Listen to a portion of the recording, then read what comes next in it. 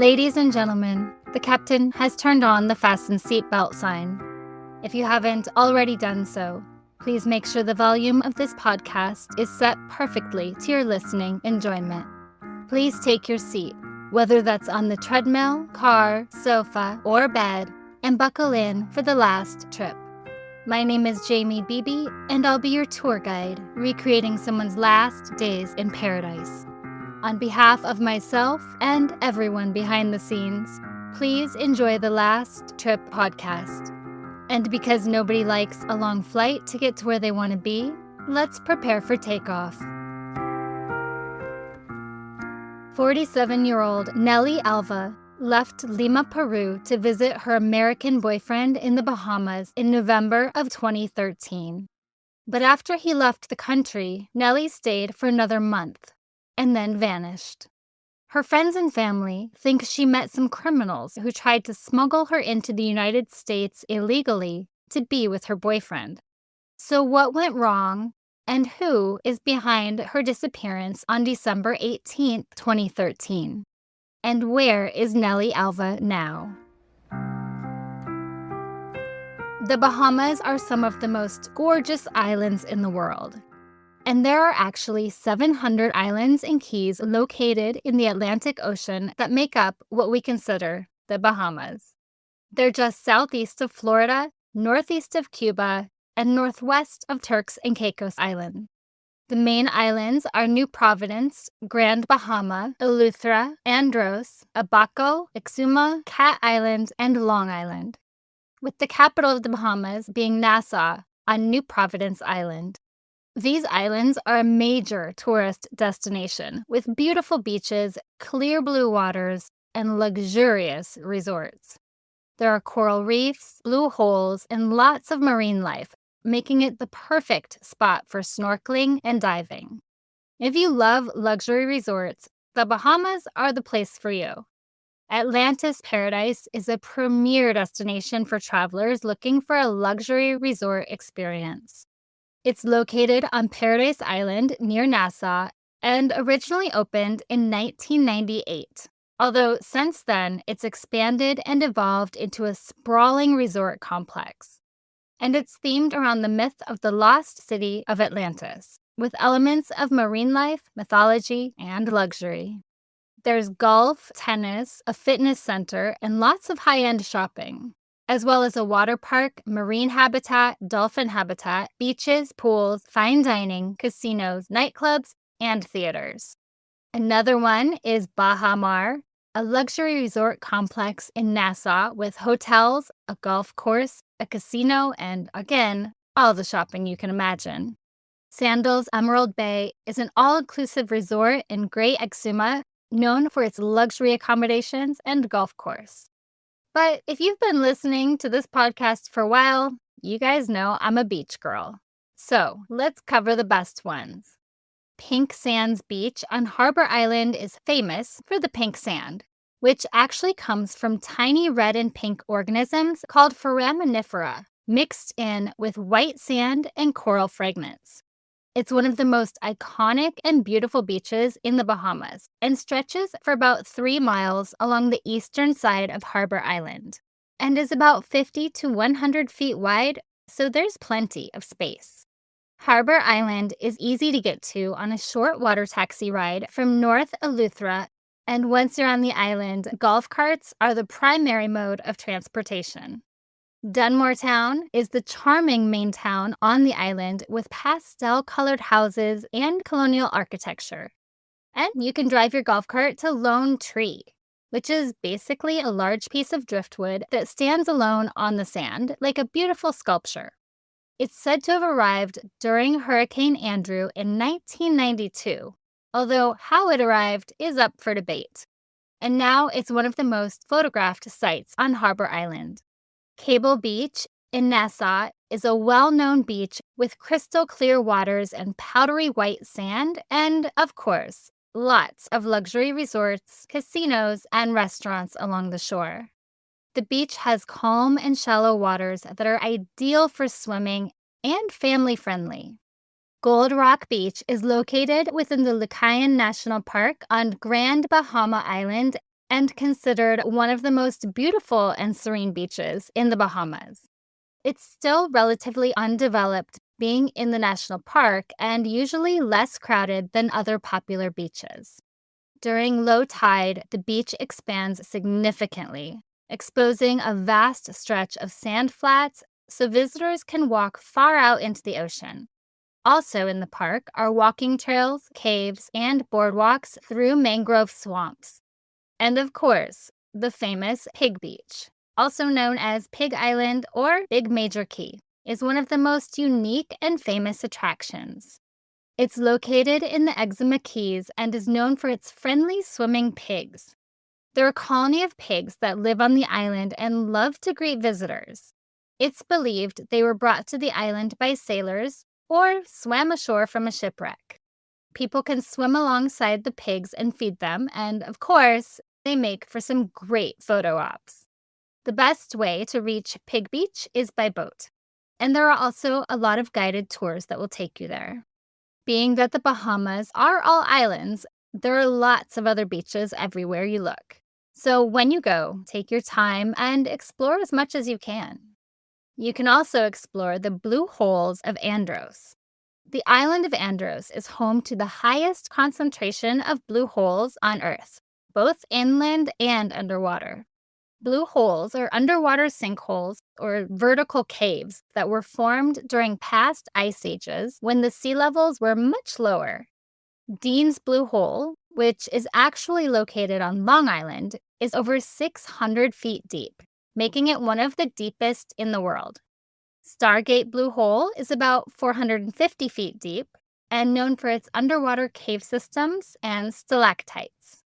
Cousteau's Blue Hole is about 375 feet deep and has stunning underwater visibility and unique geological formations. You can free dive, scuba dive, and snorkel in all the blue holes. And if you're not scared, you can swim with nurse sharks at Compass Key. It's a private island home to a population of fairly tame nurse sharks that have become accustomed to human interaction.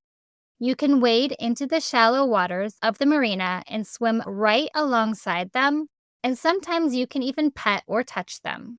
They're generally docile, but guys, they are sharks, so there have been reported bites. If you go, just stay aware and know your risks. The Glass Window Bridge is a unique natural phenomenon you don't want to miss. It's a narrow strip of land, sometimes called the narrowest place on Earth.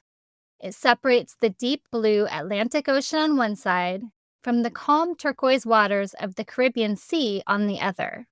Originally, it was a natural rock arch formed by thousands of years of waves, but it was destroyed by a hurricane in the 1940s, so a man-made bridge was constructed after that. If you want to move inland on your vacation, you can tour the Christ Church Cathedral in Nassau, the first church built in the Bahamas in 1670. It was originally built from wood, but has been rebuilt in stone after being destroyed several times by hurricanes. It's known for the distinctive twin towers and prominent central bell tower, and the interior is adorned with beautiful stained glass windows depicting biblical scenes and saints. Nelly Alva and her boyfriend met in the Bahamas to vacation together, and I'm guessing they had a wonderful time exploring and enjoying each other's company. So let's dive in a little deeper and get to know them and find out how things went wrong. In last week's episode about Stephen Cook, I talked about missing white women syndrome, which happens when the news media gives more attention to certain types of missing people and not others. This week's episode is another example of that, because Nelly was likely trying to enter the US illegally with a group of others when she and the rest of the group went missing. I think because she was possibly involved in smuggling, her story barely made it to the media. Even though the man she went to see in the Bahamas was American, the story only hit the Bahamas and Peruvian news lightly. So when I found Nelly's story, I wanted to shed light on it. Because regardless of what she was doing when she disappeared, there are many people who miss and love her and deserve to know what happened to her. Nelly was 47 years old when she went missing. Her friends said she was a wonderful and good Christian woman who was beautiful inside and out. She had an innocent heart and was very trusting. She was always positive, helping in church missions, helping poor children and orphans. She'd put costumes on to welcome children and parents to the church and would help other Christians read the Bible every Saturday. Nelly was on the religious dating site Christian Mingle, looking for a soulmate and husband, and that's where she met Todd Walsh from America in May of 2011.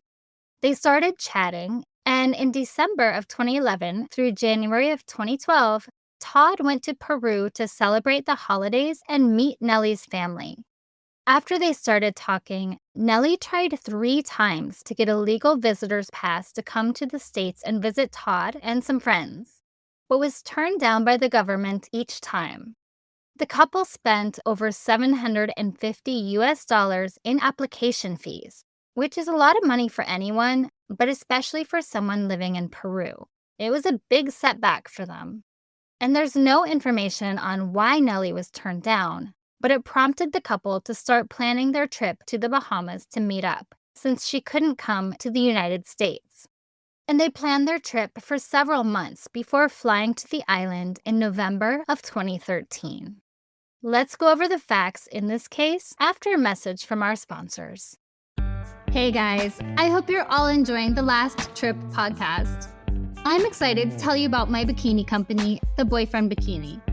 Now, I love traveling, especially to warm tropical beaches, and I found myself always searching for the perfect travel bikini.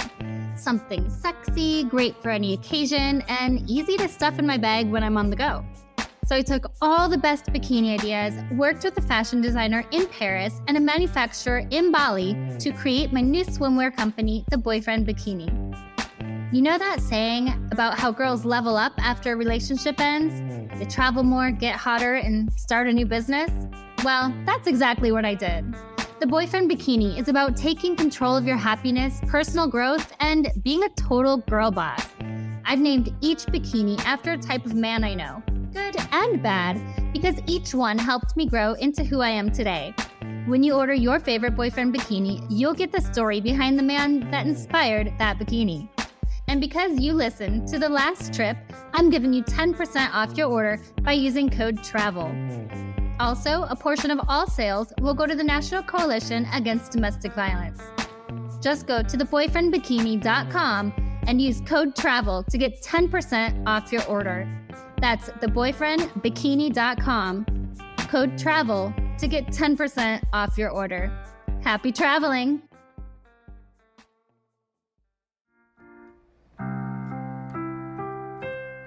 Todd and Nelly flew to Nassau, Bahamas to see each other on November 9th, 2013, with Todd leaving America and Nelly leaving Peru. They had an 8-day vacation on the island together, seeing the sights and enjoying the sun. But on November 17th, Todd left Nassau to go home, leaving Nelly there alone, because Nelly was planning to use her life savings to make her way to America one way or another, to be with the man she thought she was in a relationship with for the last 2 years. Todd said he last spoke with her while she was in Freeport, Grand Bahama on December 15th, and she spoke with her family in Peru a day or 2 after that. She was then supposed to get on a boat on December 18th to take her to Miami and enter the country illegally. But no one ever heard from Nelly again. When Todd didn't hear from Nelly after a couple of days, he said he tried several times to inquire with the Freeport authorities, that he was told by one officer he couldn't make a missing persons report because he was not a relative of Nelly's.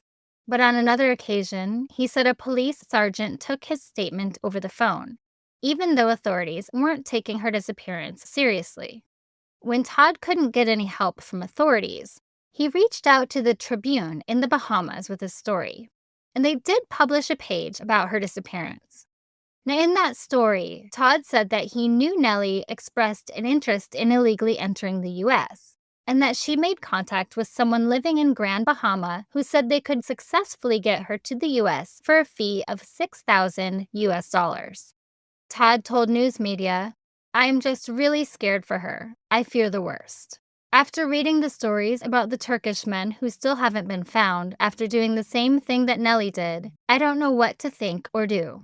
When I spoke to her, she said she had paid them the money and took some kind of boat to get to Freeport. From what she told me, it sounded as though she wasn't being fed, only bread and water. I told her to go home, but she said she had already paid them all her money and that it would not be refunded. And that was the last time they spoke. When the Tribune first published the story, the comments section was pretty accusatory about Todd having something to do with Nelly's vanishing, that he either did something to her or set her up with the criminals that were trying to smuggle her into the US. And Todd was responding to all the comments, trying to clear his name and saying that some of what was reported was incorrect information. So much so that the Tribune printed a second story to clear up any misconceptions. Although I'm not sure it really cleared up anything. Rather, it added a lot more questions. In the second story, the reporter reached out to Nelly's family, who had a different story than Todd did about what happened to Nelly. And Todd then refuted the allegations made by Nelly's relatives that the couple was more than friends, saying, Nelly's family is blaming me for her disappearing when it was her mother who gave her all the money she needed. She started out with $5,000 and her mother sent the other $3,000. The only money that I ever gave Nelly was $250 when she was applying for a regular visitor visa. I think that was last summer, either June or July. I tried to talk her out of doing this. I'm very frustrated by this whole thing. Anyone who says that Nelly and I were lovers is absurd. Nelly was my best female friend. When we met in 2011, I kissed her and held her hand. There were a few moments like that because I liked her, but it didn't go further than that. I never asked her to be my girlfriend or my wife, not anything like that. But because of that, she believed we were a couple. Later, I ended up hurting her feelings sometime in 2012. I told her we couldn't be together because of the distance. Now I have to jump in and say that I absolutely believe they were a couple. And even if Todd didn't see it that way, Nelly did. And women don't just think they're in a relationship with someone unless that someone said and did things to make them think that way. Not only that, just the fact they met on a dating app, he went to visit her, and they met up again in the Bahamas, I think that's more than friends. The reporter also received an email from someone that said they were an acquaintance of Nelly. The email said Todd introduced Nelly to a Bahamian woman who she paid for the journey to Miami, writing, Todd Walsh came to Peru approximately 2 years ago, and he knows who was the person that negotiated with Nelly to smuggle into Miami. He introduced a woman to Nelly, and he has been in contact with this woman until now. He has given this woman's telephone number to Nelly's family. Here in Peru, Nelly attended a church named Potential Church, and there is another branch in the Bahamas. Nelly went on vacation with more than $13,000 and vanished. We believe he knows the truth and he hides something else. If possible, help us to find her. She's a trustworthy person. Todd Walsh was her first love, believe me. And the email apparently sent other details that asked the reporter not to divulge. Todd was again in the comments on this story, trying to refute what the reporter wrote. He said Nelly met the woman on the plane and he knew nothing about the plan to come to the US ahead of time. But if that's the case, couldn't they figure out who the woman was on the plane? There's always a record of anyone on a plane. And who brings that up to someone on a plane? It doesn't sound right to me. When others weighed in on the comments section, there was a lot of talk about her church this time, and that somehow the church may have been behind her disappearance. When the Peruvian media picked up the story, they painted a much more sinister picture of Todd, using headlines like Peruvian women missing after visiting her boyfriend in the United States, and claiming he was definitely a person of interest in her disappearance. Nelly's family told the Peruvian media that she had arranged to meet her boyfriend in the Bahamas, but met two women there who suggested she enter the US illegally at the request of her boyfriend. They also said Nelly contacted them a couple of times, saying that she was being held captive. They feared she had been kidnapped by a human trafficking gang. Nelly's sister, Melba Alva, sent an email to government officials in the Bahamas saying, Nelly Alva has been missing for 19 days, and your country, your government, and your police department do nothing. Does the life and liberty of a person not have a price in your country? Human trafficking, slavery, and trafficking drugs exists, and this government is indifferent. Everyone knows and sees the indifference of the Bahamas, and nobody goes to jail for these crimes. Nelly Alva is still missing. This is terribly inhumane. And after those couple of reports, nothing is ever mentioned about Nelly again. But she wasn't the only person that went missing on December 18th in Freeport with the same story, smugglers and boat. Dwayne Campbell, 35, of Jamaica, and Andre Leroy Bignall, 34, of Jamaica, were also supposed to be on that boat. The men arrived in the Bahamas on December 5th and met with a Bahamian woman whom they paid to assist them in getting to the U.S. But because of bad weather, their travel plans were rescheduled, and the woman took both men to a hotel. Once there, the woman demanded the men give her an additional $850 to cover room and board. But neither had the money, so they reached out to relatives in Jamaica who sent the funds to Western Union. But Andre was arrested by authorities when trying to claim the funds because he had overstayed the permitted time in the country. Now, somehow, Andre was released from authorities and went back to Dwayne and the smugglers, although it's unclear how or under what circumstances he was released. Both men were last heard from on December 18th. They told relatives they were leaving at some point during the day from Freeport, Grand Bahama, and would be headed to Miami. These men have never been found, but their passports were left behind in a house where they stayed. When Dwayne and Andre's friends and relatives realized they were missing and filed missing persons reports, they also found out Nelly was missing under the same circumstances, as well as a Venezuelan man and possibly others. Human smuggling is not a new problem, and Nelly is not the first person to try to get into the U.S. in this way from the Bahamas. Before Nelly's group, 2 Turkish men went missing after also paying money to be smuggled into Miami. Veysel Oral and Hussein Aksan were working illegally in Grand Bahama before they attempted to get smuggled into the U.S. Reportedly, they had been encouraged by a businessman in Grand Bahama who told the pair that they would be making more money if they were in the U.S. And they were promised a safe passage into Miami for, $6,000. The men each paid the fee and were bundled into a go-fast boat with 10 Dominicans and 7 other Jamaicans on March 9, 2012. After that, the whole group disappeared. In the following years, though, Vesel's cell phone was often answered by an unknown woman. And over a year after the 2 men disappeared, a U.S. Coast Guard confirmed the discovery of a wallet with Hussein's ID 26 miles off the coast of Fort Pierce, Florida. And their families believe they are still alive and being held captive somewhere, or have been killed for their organs. They don't believe that they died at sea because the phone for the captain of the boat was still working and logged in as located in Grand Bahama. So if the boat went down, the captain would have gone down with it. They also searched the route the boat was supposed to have taken and never found any clues, wreckage, or bodies.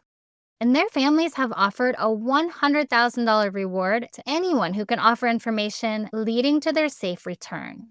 Now, human smuggling is a huge problem, and many people end up missing or dead trying to enter the United States looking for a better life.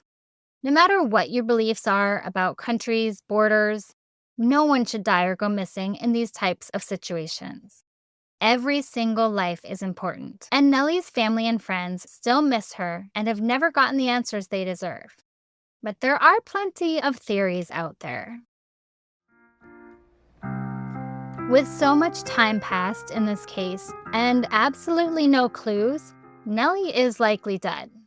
She wasn't the type of person to run off and disappear. And she wasn't the only person to disappear that day. Many of the people online that weighed in, along with Nelly's family, believe Todd had something to do with Nelly's disappearance. Todd wasn't in the Bahamas when she went missing, but many think it was his idea for her to enter the US illegally, and that he was the one who found the criminals she paid to bring her there. I do think he probably knew more than he let on. And I also think that regardless of how he felt or said he felt about Nellie, she thought she was in a relationship with him. Normally, women don't come to that conclusion on their own because, well, it takes two to tango, if you know what I mean. The question I have about him possibly convincing her to enter the country illegally is why? He could have married her and brought her in legally. Unless there was something else going on and he knew she'd never make it to the US. Because another rumor was that she was trafficked and sold for her organs. While I'd like to believe that's something that only happens in horror movies, the truth is, it's a possibility. The most common victims of trafficking for organ removal are refugees, migrants, and asylum seekers. While organ trafficking is far less common than labor or sex trafficking, it certainly happens. Kidneys are the most common on the organ market, followed by livers and corneas.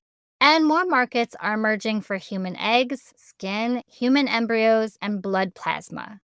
But how often is it really happening? Well, conservative annual estimates say there are about 12,000 illegal transplants a year, and about 10% of all transplants are believed to be illegal. That's a lot. Beyond human trafficking, there's the possibility that Nellie was murdered by her smugglers. She already paid them, so they had no reason to keep her alive. And the last theory, which might be the most plausible, is that the boat sank on the way to the US and everyone in it drowned. This wouldn't be the first time a boat carrying refugees or immigrants trying to enter the US sank or went missing in open waters. It's dangerous on the open sea in these types of conditions. And while it shows the lengths people are willing to go to enter the US, many never make it to land. Now, I have no idea what happened to Nellie or the rest of the group that went missing that day. But I hope that this podcast and others that cover similar stories can shed light on a very sad circumstance that many people face. And this brings us to the question, are the Bahamas safe to visit? They sure are. They're a major travel destination for people all over the world. The U.S. Travel Advisory has the Bahamas at level 2, exercise increased caution due to crime. The majority of the crime occurs on Nassau and Grand Bahama, but it's mostly gang-on-gang violence, resulting in a high homicide rate primarily affecting the local population and not tourists. But burglaries, armed robberies, and sexual assaults do occur in both tourist and non-tourist areas. And like I always say, crime occurs everywhere. So most of the time, you shouldn't let it scare you off from traveling. Beyond crime, there are a few dangers lurking in the Bahamas. The islands are located right in the Atlantic hurricane belt, and the hurricanes there can be absolutely devastating. The official hurricane season runs from July 1st to November 30th each year, with the peak months typically being August and September. There's often wind damage, heavy rainfall, flooding, storm surges, and sometimes even tornadoes. In 2019, Hurricane Dorian caused widespread destruction and loss of life, particularly on the islands of Abaco and Grand Bahama. If there's a hurricane coming while you're there, make sure to stay informed and listen to local authorities. Another danger is the water.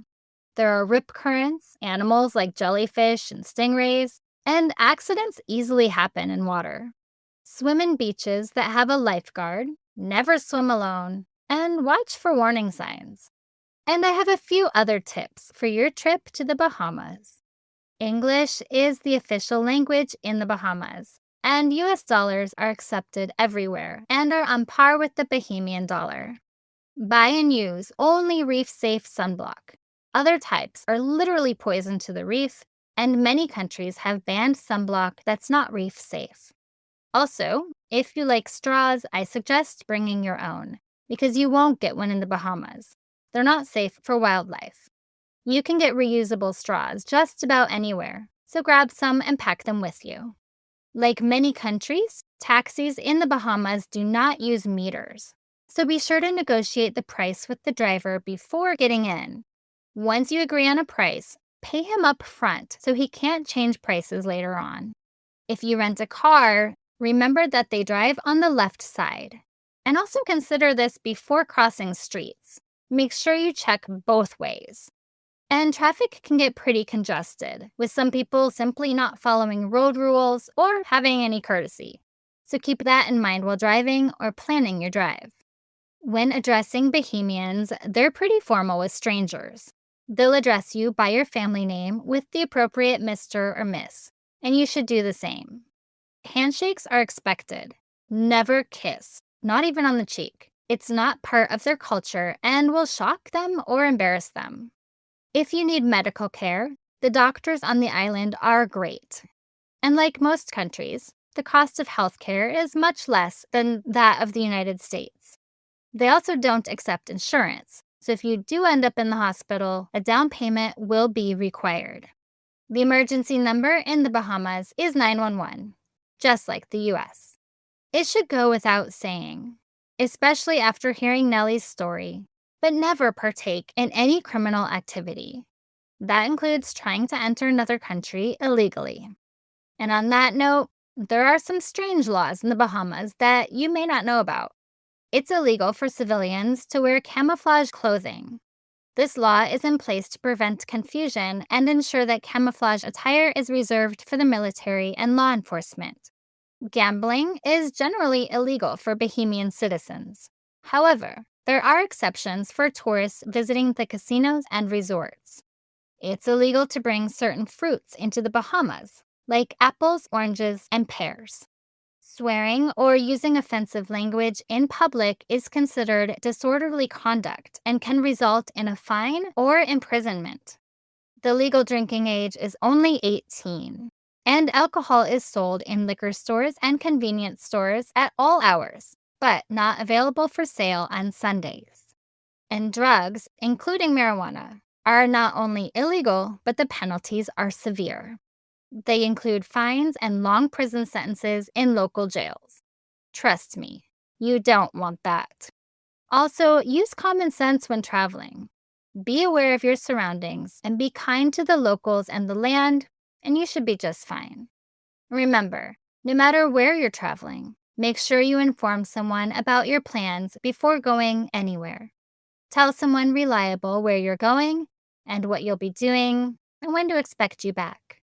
And my number one tip to staying alive on vacation is to pay attention to your gut. If something doesn't feel right, it isn't. Nelly Alva was 47 years old, 5 feet 2 inches, with a petite build, long brown hair, and pale skin when she went missing on December 18, 2013. She was last known to be in Freeport, Grand Bahama, possibly mixed up in a human smuggling ring trying to get into the United States illegally. If you have any information about Nelly Alva or the smuggling operation or anyone else that disappeared that day, please contact the Freeport, Grand Bahama authorities as soon as possible. The families of the missing deserve to know where their loved ones are. And finally, remember to leave a review and rate this podcast 5 stars if you like the show, or hell, even if you don't. But either way, feel free to let me know what you think. Please follow The Last Trip on Instagram at The Last Trip Crime Pod, and subscribe on Patreon to support the show. You'll get extra research, videos, photos, and updates, and even learn more about my personal travels. That's patreon.com/The Last Trip Podcast. I'm Jamie Beebe, bringing you your last trip, and signing off until the next one. Thanks for listening.